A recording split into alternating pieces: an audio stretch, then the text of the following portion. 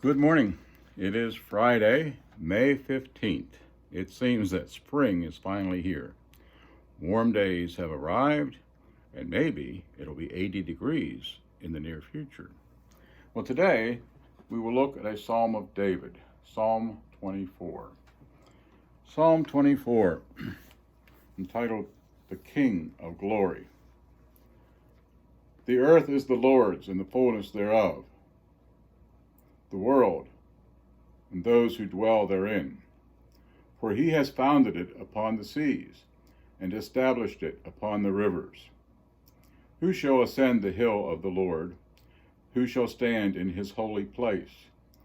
He who has clean hands and a pure heart, who does not lift up his soul to what is false, and does not swear deceitfully. He will receive blessing from the Lord, and righteousness from the God of his salvation. Such is the generation of those who seek him, who seek the face of the God of Jacob. Lift up your heads, O gates, and be lifted up, O ancient doors, that the King of glory may come in. Who is the King of glory? The Lord strong and mighty, the Lord mighty in battle. Lift up your heads, O gates, and lift them up, O ancient doors, that the King of glory may come in. Who is the King of glory? The Lord of hosts. He is the King of glory. Good morning. God owns the earth. That's how we start out here. He's the creator and the sustainer of everything. He is in control. He is the sovereign God. Verses 3 and 4, David then pondered this question: who could enter into the presence of such a sovereign God? The answer, perhaps, is given, and that is one whose conduct is pure, whose worship is faithful. Clean hands refer to righteous deeds. A pure heart refers to a right attitude and will.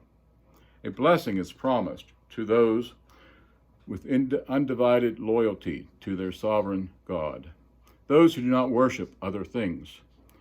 What do we worship? Who is our King? We hear many voices these days. They claim to know much. They set themselves up as an authority. If we give them too much credence, these voices can begin to control our thoughts. Let us not miss the point of this psalm. Many of these voices today generate fear. But this Psalm of David gives us confidence in the King of Kings.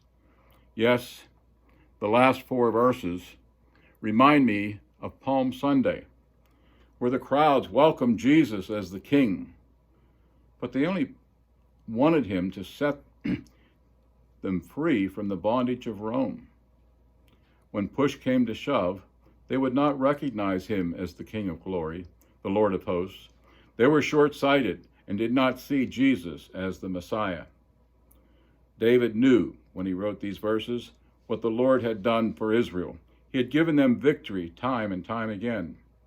Then in verse 9, he asks, who is the King of glory? The Lord strong and mighty, the Lord mighty in battle. I ask, who is my King? Who is your King? I must daily come and let the King of glory come into my life. Who is the King of glory?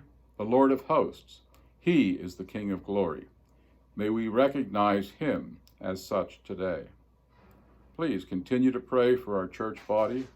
Pray for the leadership. Have a great day and a great weekend.